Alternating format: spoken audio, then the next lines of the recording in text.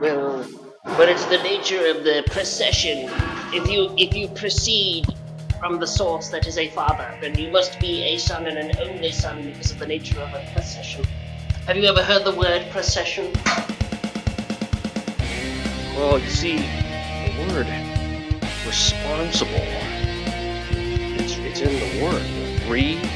Response. Able. You have to be able to respond. Part of what moral responsibility is. Isn't even a vital song! But this is to go even further beyond. Have you paid heed to the prefix pro in the word procession? It's just gonna be stuff like that. Like it doesn't. Fools!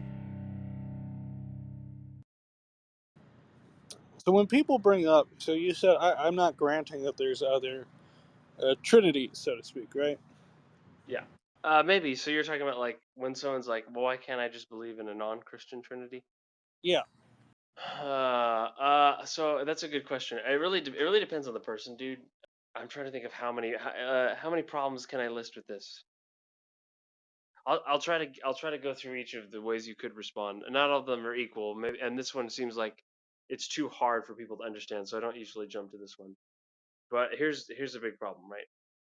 The nature of the question and usually the attitude that goes with it is one of dismissiveness, right? Where the question is really motivated by the assumption that you can just stipulate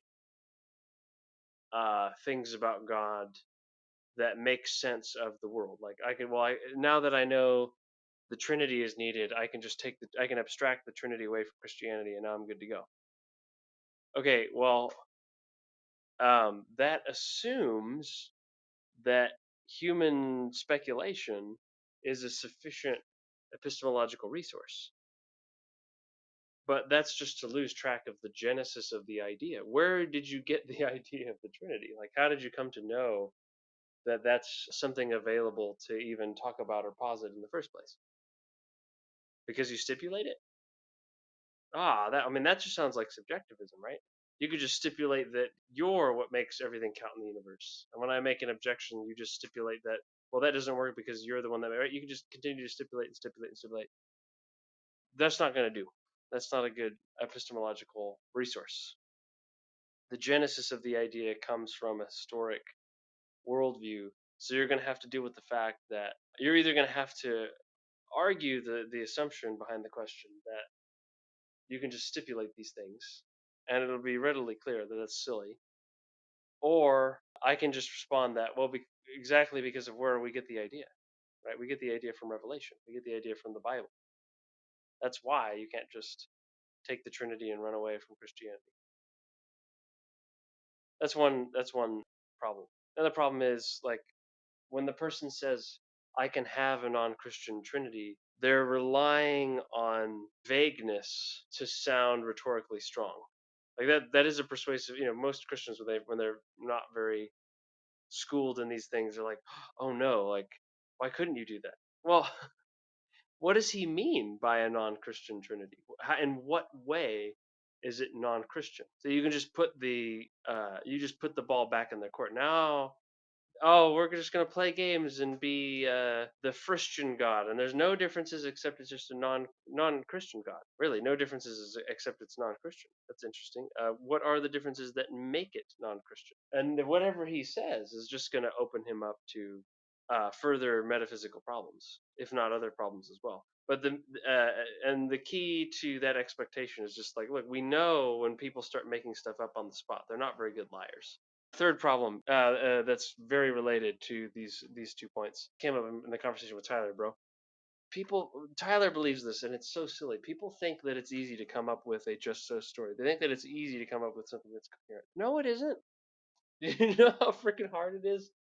Let's say you want to write a fiction novel. Do you know how freaking hard it is to write a book so well that somebody comes along and isn't able to go, look at this giant hole in your fiction here. Look what I found. Speaking of the armchair critics, right? It is difficult to tell a coherent story. Somewhere along the line, you'll inevitably end up with a contradiction. That's just the nature of fiction writing. It's no different in the world of worldviews. You may be pompous because of what analytic philosophy has done to the scene, where people can just make shit up and talk about scenarios and I can use my powers of imagination. Yes, your powers of imagination are very nice. I can imagine the opposite. I can imagine all this being nonsense. But like, why? So what? Who cares what you can imagine? Your imagination is not the criterion of the universe. It's not the criterion of knowledge. So what's all this about being able to paint a coherent story? Anyways, you can just challenge a person on that. That's what they're gonna do. They're gonna do something trivial, like I remember James Anderson makes this comment. He's like, look, you can distinguish between, and I'm not quoting him here, but this is roughly what he's the effect of what he says, right? You can distinguish between mere logical coherence and logical cogence. Mere logical coherence, just means that you're saying two things that don't have an immediate contradiction. They do not merely amount to P and not P. They may entail that or something like in some obscure way, but they're not P and not P surface level. But that doesn't mean that the statements have anything to do with each other. You might say it's raining and it's sunny in Japan. It's raining here and it's sunny in Japan. Okay, but that's not a worldview. That doesn't answer like what it means to be raining.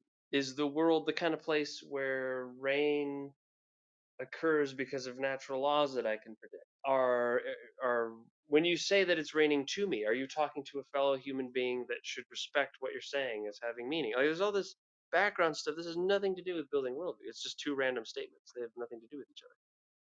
Yeah, so giving a meta narrative requires not just surface level logically consistent statements. It requires a system of statements that are mutually supportive. Each one builds up on the other and they tell a concrete story about the world, what the world is like, so that you can make judgments in it. Saying that it's sunny here and raining in Japan doesn't do that. So when this person says that why can't I just have a non-Christian Trinity?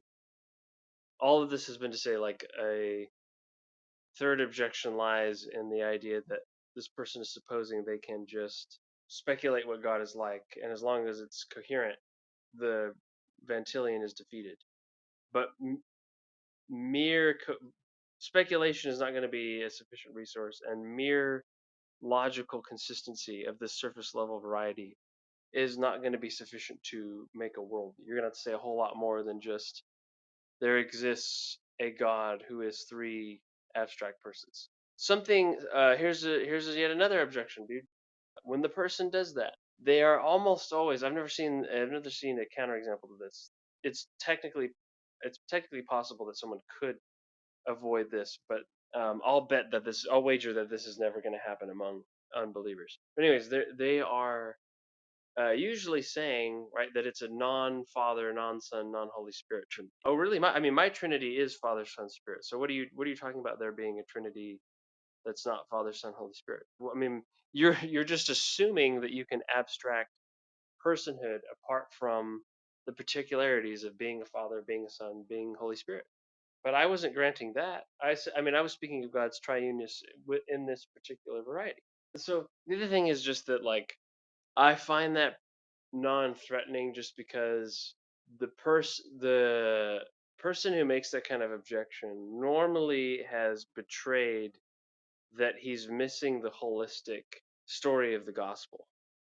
The story of creation, fall, redemption, that God has been sinned against but sends his son to save sinners, that involves the Trinity as an essential core component. Our faith is sustained by the Trinity, but that doesn't mean that that's the only thing that you can have. And if you could theoretically copy that, I've just argued that I think that it's impossible. But regardless, theoretically, even if you could just copy that one thing, that would not mean that the rest of it is copyable. What the person needs to do is already have some kind of creation, fall, redemption counter meta narrative, and then he would be in the position to say, and this is where like 99% of atheists just fail at the start, right? They just don't have a competing worldview. They just want to play skeptic and don't understand how philosophy is a game that gets you in trouble if you can't answer questions. But anyways, like the person needs already a holistic counter meta narrative, which is inevitably going to be similar to creation, fall, redemption. Like when you talk to a Muslim, right? They're starting so much ahead of the game.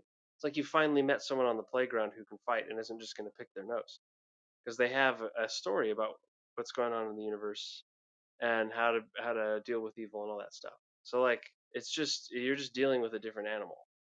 And the person who makes this kind of objection, I think, this is not a universal statement, but the person who makes this kind of objection about the Trinity just seems to have missed that point. Usually, I think they're trying to avoid defending a worldview and are just playing perpetual debunker.